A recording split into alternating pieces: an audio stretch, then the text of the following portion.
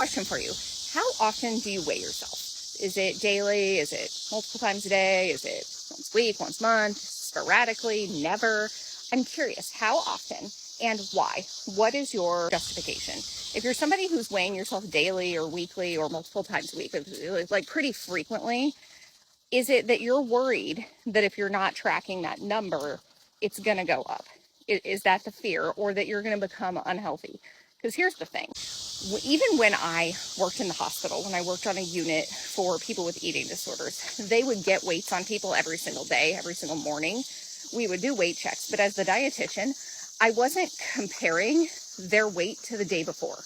Like, yeah, I would be aware of it, but our weight fluctuates as human beings too much on a daily basis for that to really tell me anything whatsoever.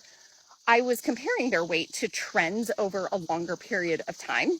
And most people who are weighing themselves, and they're doing it pretty frequently, all they're doing is making up these stories in their head about, oh, my weight is up from yesterday. I must have been bad with food and I need to cut back tomorrow. Or my weight is down today.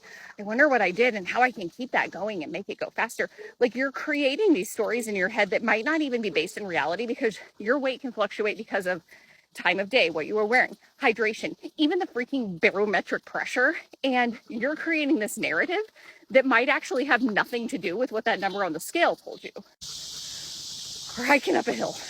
We're getting out of breath. It's okay. So then what happens is you're creating the story based on what the number says. The story may or may not be true.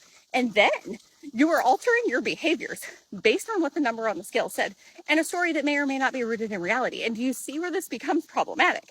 If you're worried about your health, I can promise you there are a lot of other ways to gauge your health and make sure that you're listening to your body and taking care of your health that don't actually require you to know the number on the scale. Here's a perfect example. When the pandemic first started and everything went to telehealth, I was used to taking weekly weights on a lot of my patients. It was what I was trained to do, and I couldn't do that anymore. And guess what? It turned out I didn't need to know that information on an every single week basis for most people.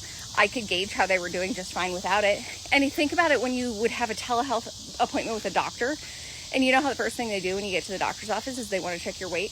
Turns out they don't actually need that. You can have telehealth and they can figure out how healthy you are and what needs to happen without knowing your weight.